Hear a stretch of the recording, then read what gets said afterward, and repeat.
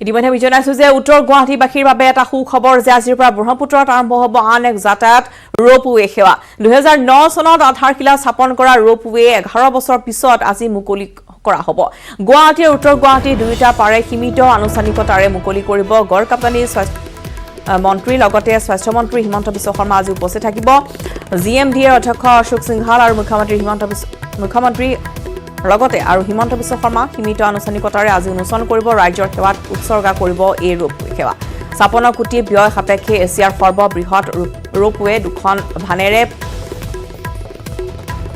প্ৰতি ৮ মিনিটৰ ভিতৰত যাত্ৰী অনা নিয়া কৰিব পাৰিব প্ৰতিগৰাকী যাত্ৰীৰ ভাড়াও ওৱান ৱেত ৬০ টকা আৰু টু ৱেত ১০০ টকা নিৰ্ধাৰণ কৰা হৈছে আপাতকালীন উদ্ধাৰৰ বাবে ৰেক্সিওৱান আৰু ২ শতাধিক চিচি কেমেৰা নিৰীক্ষণ কৰিব কাৰেণ্ট গলেও পৰিপূৰক বিদ্যুতে তাৎক্ষণিকভাৱে সংযোগ ঘটাব ৩ বছৰলৈ নিৰ্মাণ প্ৰতিষ্ঠান দামোদৰ ৰোপৱে পৰিচালনা কৰিব সেৱা পুনৰবাৰ জনাইছো যে উত্তৰ গুৱাহাটীৰ দীঘলীয়া এটা সপোন দীৰ্ঘদিনীয়া এটা সপোন আজি পূৰণ হোৱাৰ পথত ব্ৰহ্মপুত্ৰত আৰম্ভ হ'ব আন এক যাতায়াত ৰোপৱে সেৱা 2009 চনত এই ৰোপৱে সেৱাৰ আধাৰশিলা স্থাপন কৰিছিল আৰু 11টা বছৰৰ অন্তত আজি মুকলি কৰা হ'ব ৰোপৱে সেৱা য'ত উপস্থিত থাকিব স্বাস্থ্যমন্ত্ৰী মুখ্যমন্ত্ৰীকে আদি কৰি গড়কাপ্তানী মন্ত্ৰী আমি হিৰক কাষলৈ পুনৰ গৈছোঁ হিৰক আপোনাৰ কাষলৈ গৈছোঁ আৰু অনুষ্ঠান ইতিমধ্যে আৰম্ভ হ'ব কেইটামান মুহূৰ্তৰ পিছতে আনুষ্ঠানিকভাৱে ইতিমধ্যে যিহেতু কেইটামান ক্ষণৰ পিছতে ৰোপৱে সেৱা মুকলি কৰা হ'ব কেনেধৰণৰ প্ৰস্তুতি আৰু আপোনাৰ পৰা জানিব বিচাৰিছোঁ যে এই সেৱা পিছতে কেনেধৰণৰ আচলতে যাতায়াতৰ ক্ষেত্ৰত কেনেধৰণৰ সীমিত সংখ্যক যাত্ৰী আপুনি জনাইছে যে 15 পৰা 16 জন আজি এইবাৰ যাব পাৰিব গতিকে কেনেধৰণৰ ব্যৱস্থা লোৱা হৈছে এইবাৰ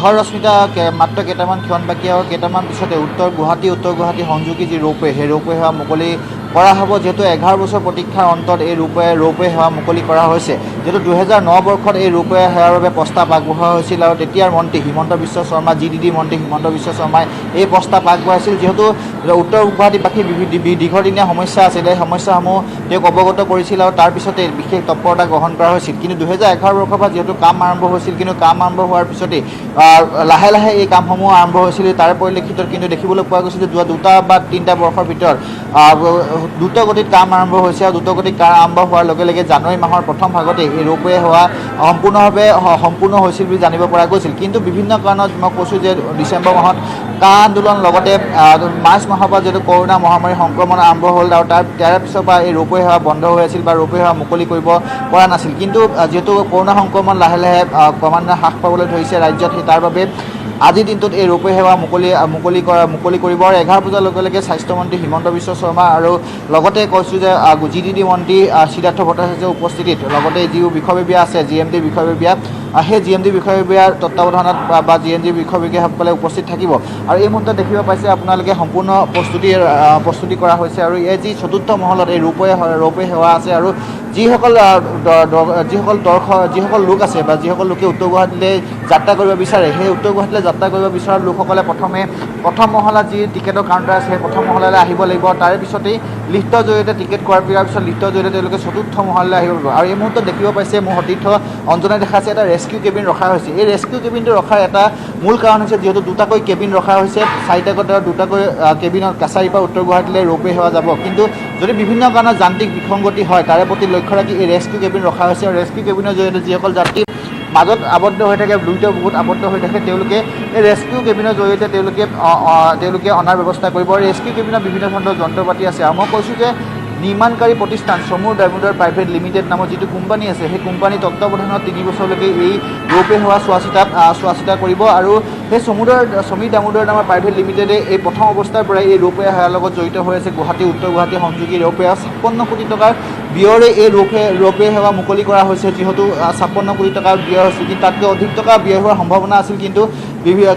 সেই 56 কোটি বাজেটত যি 56 কোটি টকা ধাৰ্য কৰা হৈছিল সেই 56 কোটি টকাতে সম্পূৰ্ণ হৈছিল আৰু মই ক'ব বিচাৰিম যে 8 বজাৰ পৰা 6 বজালৈকে বিয়লি 6 বজালৈকে এই ৰোপৱে সেৱা মুকলি থাকিব কিন্তু পৰৱৰ্তী সময়ত যিহেতু ইমাৰ্জেঞ্চি ছাৰ্ভিচৰ বাবে যদি উত্তৰ গুৱাহাটী কোনো এজন লোক গুৰুতৰভাৱে অসুস্থ হৈ পৰে তেন্তে গুৱাহাটীলৈ যদি আনিব বিচাৰে তেনে ক্ষেত্ৰত এই নিশা ভাগতো এই ৰোপৱে সেৱা মুকলি হোৱাৰ পিছতো সম্ভাৱনা আছে আৰু যিহেতু কৰোণা সংক্ৰমণ হোৱাৰ বাবে এটা কেবিনত 32জনকৈ লোক যাব পাৰে, কিন্তু কৰোণা সংক্ৰমণ হোৱাৰ বাবে বৰ্তমান 15জন লোকহে যাত্ৰা কৰিবলৈ GMDA বিভাগে অনুমতি প্ৰদান কৰিছে। আৰু যিসকল লোকে যাত্ৰা কৰিব সেই লোকসকলৰ লগত থাকিব লাগিব, মাস্ক পৰিধান কৰিব লাগিব। প্ৰত্যেকটো কেবিন যিহেতু অহা যোৱা কৰাৰ পিছত প্ৰত্যেকটো কেবিন চেনিটাইজেশ্যন কৰা হ'ব। এই মুহূৰ্তত দেখিছে এটা কেবিন আহিছে, যিহেতু আন এটা কেবিন যেতিয়া এটা কেবিন তালৈকে যায় বা এটা ক্ৰু তালৈকে যায়, তাৰপিছতে অন্যটো ক্ৰুৱে উত্তৰ গুৱাহাটী যদি কাছাৰীৰ পৰা এটা ক্ৰু যায় আৰু তাৰপিছতে উত্তৰ গুৱাহাটীৰ পৰা অন্যটো যোনটো কেবিন আছে সেই কেবিনটো যাত্ৰা কৰা। এই এটা কেবিন যদি চাব যায় 15জন লোক ইতিমধ্যে যাত্ৰা কৰা বুলি জানিব পৰা গৈছে। আৰু নিৰ্মাণকাৰী যি প্ৰতিষ্ঠান আছে সেই প্ৰতিষ্ঠানটোৱে তেওঁলোকৰ যি দায়িত্ব দিয়া হৈছিল, তেওঁলোকে ফ্ৰান্সৰ এটা কোম্পানীৰ সহায়ত তেওঁলোকে সকলোবোৰ দিশ চোৱা চিতা কৰিছিল। আৰু ফ্ৰান্সৰ যি কোম্পানীটো আছে সেই ফ্ৰান্সৰ কোম্পানীটোৱে ফ্ৰান্সৰ যিসকল লোক আছে সেই ফ্ৰান্সৰ লোকসকলে এবছৰ ধৰি পৰীক্ষা চলাইছিলে ৰোপৱে, যাতে কোনো ধৰণৰ বিসংগতি নহয় তাৰ প্ৰতি লক্ষ্য ৰাখি এনেধৰণৰ ব্যৱস্থা কৰা হৈছে। আৰু যিহেতু 4টাকৈ টাৱাৰৰ ব্যৱস্থা কৰা হৈছে আৰু ৰোপৱেতে 4টাকৈ যি বিদ্যুৎ চালিত টাৱাৰ আছে সেই 4টাকৈ টাৱাৰৰ সহায়ত তেওঁলোকে কাছাৰীৰ পৰা উত্তৰ গুৱাহাটীলৈ যাব পাৰিব। সম্পূৰ্ণ প্ৰস্তুতি সম্পূৰ্ণ, কেইটামান মাজত কেইটামান ক্ষণ বাকী আৰু ক্ষণৰ পিছতে যি উত্তৰ গুৱাহাটীবাসী যিবোৰ দীঘলীয়া সমস্যা আছিল সেই সমস্যাসমূহ সমাধান হোৱাৰ দিশে 11টা বছৰ প্ৰতীক্ষাৰ অন্তত। নিশ্চয়কৈ হীৰকে ধন্যবাদ জনাইছোঁ। আৰু 11টা বছৰীয়া তেওঁলোকৰ যি অপেক্ষা সেয়া অন্ত পৰিছে। 56 কোটি টকা ব্যয় সাপেক্ষে এছিয়াৰ সৰ্ববৃহৎ ৰূপে এইখন ৰোপৱে য'ত নিৰ্মাণ কৰা হৈছে, নদীৰ ওপৰত নিৰ্মাণ কৰা হৈছে এইটো সৰ্ববৃহৎ ৰোপৱে, য'ত ইতিমধ্যেই 35গৰাকীকৈ যাত্ৰী অহা যোৱা কৰিব পাৰিব। যদিও বৰ্তমান কৰোণা মহামাৰীৰ বাবে এবাৰত 15 বা 16জনহে যাত্ৰী অহা যোৱা কৰিব পাৰিব আৰু দুবাৰ অহা যোৱাৰ বিনিময়ত তেওঁলোকে 100 টকা দিব লাগিব। আৰু বিশেষকৈ দেখিবলৈ পোৱা গৈছে যে দীৰ্ঘদিনীয়া দাবী আছিল এইসকল লোকৰ যাতে পাৰাপাৰ হোৱাৰ ক্ষেত্ৰত যথেষ্ট অসুবিধাৰ তেওঁলোকৰ সন্মুখীন হয়। চাকৰিমুখী যিসকল লোক আছে বা চাকৰিজীৱী যিসকল লোক আছে, লগতে ছাত্ৰ ছাত্ৰী যিসকলে কলেজত পঢ়ে বা স্কুলত পঢ়ে, তেওঁলোকৰ অহা যোৱা কৰা যথেষ্ট অসুবিধাৰ সন্মুখীন হ'বলগীয়া হৈছিল। গতিকে সকলো সমস্যাৰ অন্ত পেলাই 11টা বছৰৰ অন্তত এতিয়া ৰোপৱে মুকলি কৰা হ'ব আৰু আজি শুভ উন্মোচন কৰা হ'ব। তাত উপস্থিত থাকিব মুখ্যমন্ত্ৰী, বিত্তমন্ত্ৰীকে আদি কৰি আন বিষয়ববীয়াসকল।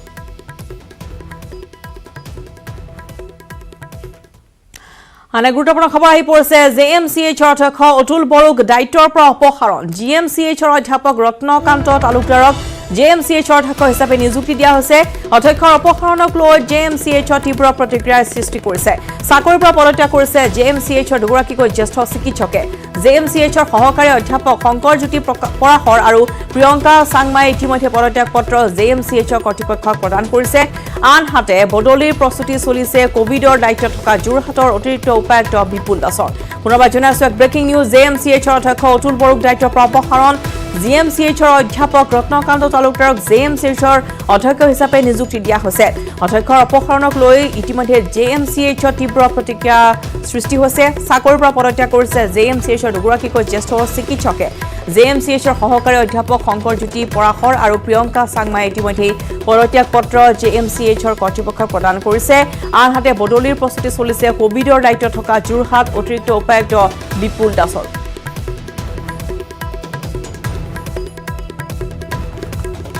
ইফালে কোকৰাঝাৰ ক্ষুদ্ৰ পাচলি ব্যৱসায়ীৰ প্ৰতিবাদ। কোকৰাঝাৰ বজাৰত প্ৰতিবাদ পাচলি ব্যৱসায়ীৰ। পাচলি বিক্ৰীৰ বাবে উপযুক্ত ঠাই নিদিয়াৰ অভিযোগ উত্থাপন হৈছে। কোকৰাঝাৰ পৌৰসভাই নিৰ্মাণ কৰা বজাৰ গৃহলৈ যাবলৈ অমান্তি হৈছে সকল ক্ষুদ্ৰ ব্যৱসায়ী আৰু তেওঁলোকে এতিয়া এনেধৰণে প্ৰতিবাদী কাৰ্যসূচী ৰূপায়ণ কৰিছে। কোকৰাঝাৰ বজাৰত এই প্ৰতিবাদ পাচলি ব্যৱসায়ীৰ। পাচলি বিক্ৰীৰ বাবে তেওঁলোকে উপযুক্ত ঠাই নিদিয়াৰ অভিযোগ উত্থাপন কৰিছে। কোকৰাঝাৰ পৌৰসভাই নিৰ্মাণ কৰি দিয়া বজাৰ গৃহলৈ যাবলৈ তেওঁলোকে অমান্তি প্ৰকাশ কৰিছে আৰু যাৰ ফলত এনেদৰে পদপথৰ ওপৰতে প্ৰতিবাদী কাৰ্যসূচী ৰূপায়ণ কৰিছে ক্ষুদ্ৰ ব্যৱসায়ীসকলে। আগবঢ়াইছো এই সন্দৰ্ভত শান্তিগুৰি নাৰ্জাৰীৰ এক ৰিপৰ্ট।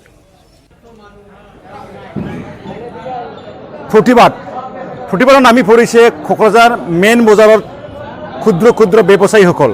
কিয়নো যদিবা চৰকাৰ ফালৰ পৰা কোকৰাঝাৰ মেইন বজাৰত বজাৰ কৰিবৰ কাৰণে ব্যৱসায়ীসকলৰ কাৰণে বিল্ডিং বনাইছিলে, কিন্তু বিল্ডিঙৰ যিটো ব্যৱহাৰিক অনুযায়ী কিন্তু ইয়াৰে কোনো ধৰণৰ ব্যৱসায়ীসকলৰ কোনো অনুযায়ী হোৱা নাই বুলি ইতিমধ্যে প্ৰতিবাদ সাব্যস্ত কৰিছে কোকৰাঝাৰ মেইন বজাৰত থকা ক্ষুদ্ৰ চব্জি বেপাৰীসকল। কিয়নো এই বিল্ডিঙত যদি বা দুটা ষ্টৰীত বিল্ডিং বনোৱা হৈছিলে ব্যৱসায়ীসকলৰ কাৰণে, বেপাৰীসকলৰ কাৰণে, কিন্তু বৰ্তমান সময়ত যোৱা 10 বছৰ ধৰি এনেদৰে বিল্ডিং বনোৱাৰ পিছত এনেদৰে পৰি আছে। যোৱা বিগত সময়ছোৱাত যেনেদৰে ইয়াৰ ব্যৱহাৰিক ব্যৱস্থা কৰিবৰ কাৰণে চৰকাৰ বা কোকৰাঝাৰ মিউনিচিপেল বৰ্ডৰ পৰা ইয়াত তৈয়াৰ কৰা হৈছে, কিন্তু বৰ্তমান সময়ত বেপাৰীসকলৰ কাৰণে ইয়াৰ ব্যৱহাৰিক নোহোৱাৰ কাৰণে ওপৰত যাবৰ কাৰণে অসুবিধা হোৱাৰ কাৰণে আজিৰ দিনত এই বজাৰখন ভালকৈ ব্যৱহাৰিক ব্যৱস্থা লৈ আনিবৰ কাৰণে ইতিমধ্যে কোকৰাঝাৰ বজাৰত থকা ক্ষুদ্ৰ ক্ষুদ্ৰ ব্যৱসায়ীসকল তেখেতসকলে আজি প্ৰতিবাদ সাব্যস্ত কৰিছে। মই ক'ৰবাৰ চেষ্টা কৰিছোঁ, তেখেতসকলে হাতত প্লেকাৰ্ড বেনাৰ লৈ পেলাই এনেদৰে চৰকাৰক দাবী জনাইছে যে এতিয়া অতি শীঘ্ৰে এই নিৰ্মাণ কৰা বিল্ডিংটো ব্যৱহাৰিক পৰ্যায়লৈ আনিব লাগে আৰু ব্যৱসায়ীসকলৰ কাৰণে সুবিধাৰ্থী কাম কৰিব লাগে। এই আহ্বান জিলা প্ৰশাসন আৰু কোকৰাঝাৰ পৌৰসভালৈ মই ক'ৰবাৰ চেষ্টা কৰিছোঁ। দাদা আপোনালোকে আজি ইয়াত কি প্ৰতিবাদ কৰিবলৈ গৈছে? আমাৰ প্ৰতিবাদ কৰাৰ কাৰণ এইটো হৈছে, ইমানটো ডাঙৰ বিল্ডিং উঠাই দি আমাৰ মাটিটো নষ্ট কৰিছে। আমাৰ তলত ওপৰত উঠাৰ কাৰণে বিৰাট কষ্ট হয়। চব্জি বজাৰ ওপৰত উঠাৰ কাৰণে আমাৰ মাল নিয়াত বৰ কষ্ট হয়। গৰীব মানুহ কতগুলো আছে, বেপাৰী কৰি খাই আছে, তেওঁলোকৰ কাৰণে বিৰাট দিগদাৰী হৈ আছে। আৰু এনে বেমাৰী মানুহ কতবিলাক আছে, ওপৰত উঠিব নোৱাৰে, নামিব নোৱাৰে। তাৰ কাৰণে আপোনালোকৰ বজাৰ বন্ধ। আমি আজি প্ৰতিবাদ সাব্যস্ত কৰিছোঁ, যাতে আমাক ভাল যাতে জাগা দি দিয়ে, আমাক তলত ফলত জাগা দিয়ে, যাতে আমাৰ প্ৰত্যেক চব্জিৱালা যাতে উপকাৰ হয়। আজিৰ দিনৰ কাৰণে ক্ষুদ্ৰ ক্ষুদ্ৰ বেপাৰীসকল তেখেতসকলে আজি বজাৰ বন্ধ ৰাখিছে, কিয়নো এই বিল্ডিং যদিও আছে কিন্তু বৰ্তমান সময়ত ব্যৱহাৰিক নহয়। কি কয় আপুনি? আহিছে তেতিয়া মোৰ লগতে গমলৰ লগতে দেখাই কৰা দিবাৰ নাই। এইবিলাক মানুহ এজনো সামনে আহিছে, দালাল শ্ৰেণীৰ মানুহগিলা মোক যাব দিয়া নাই। আজি এই কাৰণে বজাৰ বন্ধ ৰাখিছোঁ। আপুনি কি কয়? আমাৰ যিটো গৰীব মানুহবিলাক আছে, এই ইয়াত মাল নেওয়াৰ কাৰণে বহুত পইচাৰো দৰকাৰ। এটা বস্তা উঠাবলৈ 30-40 টকা লাগে। কিছুমান লেবাৰে নুঠায়, নিচতো দোকান দিব নিদিয়ে। এইটো আমি তেনেহ'লে কি কৰিম? বস্তুবিলাক পেলাই লৈ যাব লাগে, এনেকুৱা পৰিস্থিতি আহি গৈছে।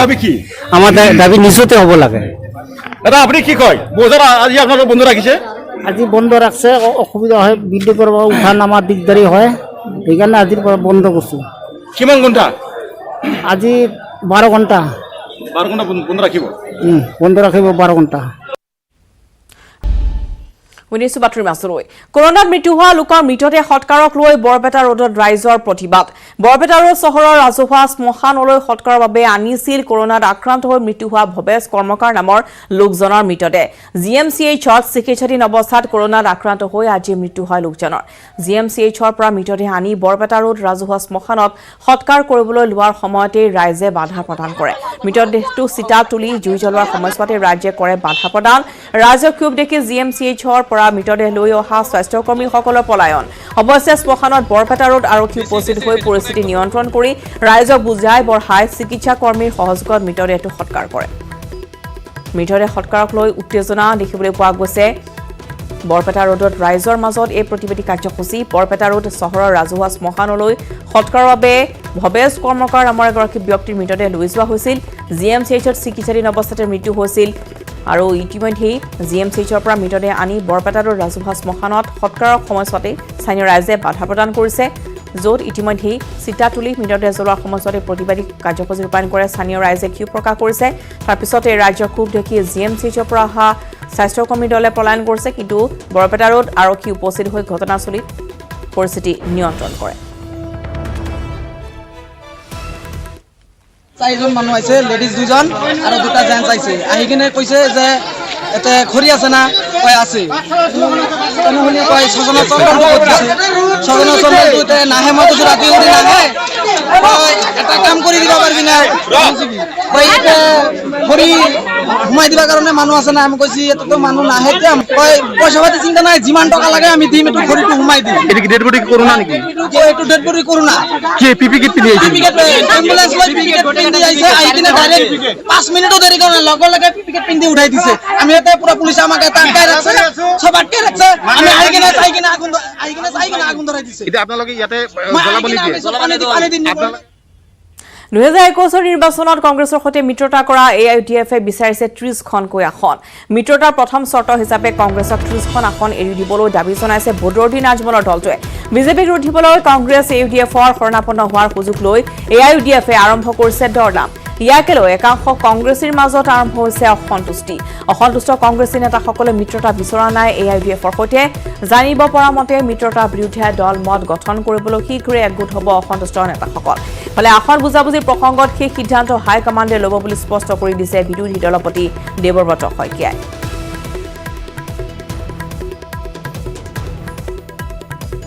আৰু বিগ ব্ৰাদাৰ কংগ্ৰেছে নিৰ্ধাৰণ কৰিব কিমানখন আসন এৰি দিব AIUDF-ক। AIUDF-এ বিচাৰিলেও নাপায় অধিক আসন। কংগ্ৰেছ AIUDF-ৰ মিত্ৰতাৰ আনুষ্ঠানিক ঘোষণাৰ পূৰ্বে কোনে কৰিলে এই ঘোষণা?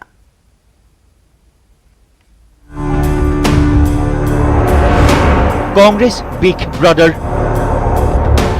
ব্ৰাদাৰৰ নিৰ্দেশত হ'ব দলৰ আসন নিৰ্ধাৰণ।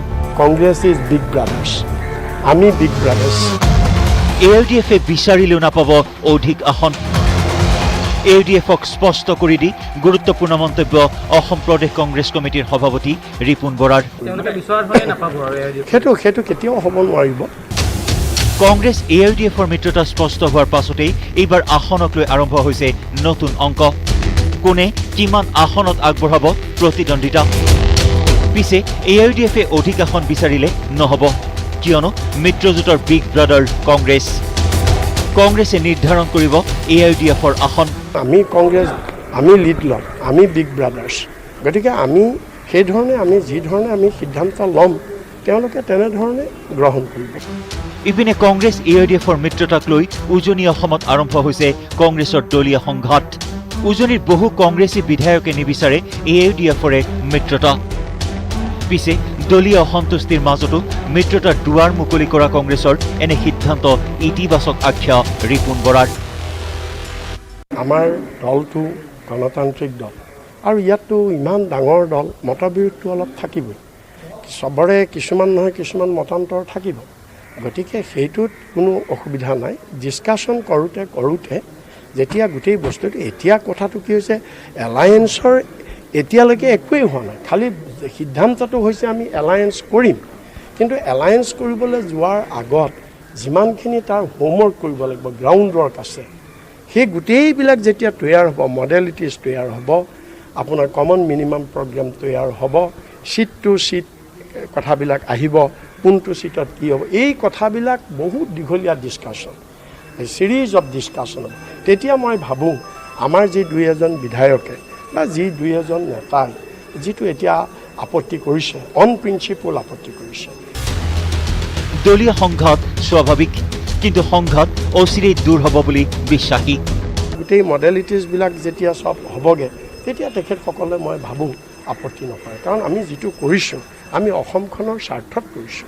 গতিকে তেতিয়া তেখেতসকলৰ আপত্তি তেতিয়া মই ভাবোঁ নকৰিম। কংগ্ৰেছ AIUDF-ৰ মিত্ৰতাৰ পাছতে এতিয়া আৰম্ভ হৈছে এনেদৰে আসনৰ সমীকৰণ।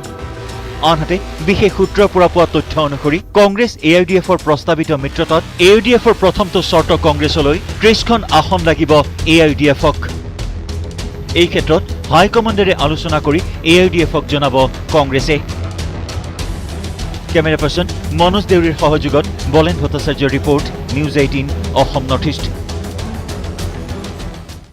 চিৰাঙৰ ডাবা বিলত কৃষকৰ মাজত হাহাকাৰ। উল্টাখুন্দাত আইনত জাক হৈছে কৃষিভূমি। উল্টাখুন্দাৰ খহনীয়াই বাট পথ, জলসিঞ্চন বিভাগৰ নলাৰ লগতে খহাই নিছে বহু বিঘা কৃষিভূমি। স্থানীয় ৰাইজে খহনীয়াৰ প্ৰতিৰোধৰ বাবে চৰকাৰ প্ৰশাসন, জনপ্ৰতিনিধিক নিবেদন জনাই আহিলেও কোনো ধৰণৰ প্ৰতিৰোধমূলক ব্যৱস্থা গ্ৰহণ কৰা পৰিলক্ষিত হোৱা নাই।